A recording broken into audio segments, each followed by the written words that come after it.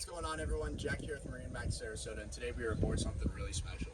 This is our 2010 32 Outrage by Boston Whaler. Starting in the stern, we're going to work our way through the front of the boat. Starting in the back here, we got two twin Mercury 300 Verados that are awesome. They push some nice horsepower out of them. You have a nice live well in the back, beautiful bench seat.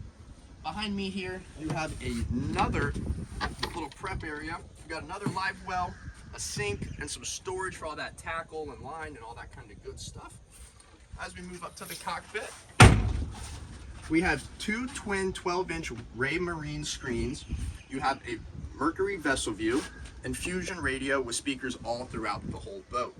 Also, we have some pristine white upholstery here that it looks pretty good for being almost 14 years old.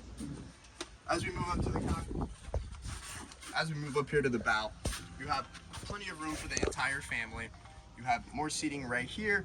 You also have a nice little table that can go in the floor here as well. As you have a windlass up here with a remote that drops the anchor down and pulls it back up automatically. If you guys are interested in seeing this boat, my name is Jack. Come on down to MarineMax Sarasota today.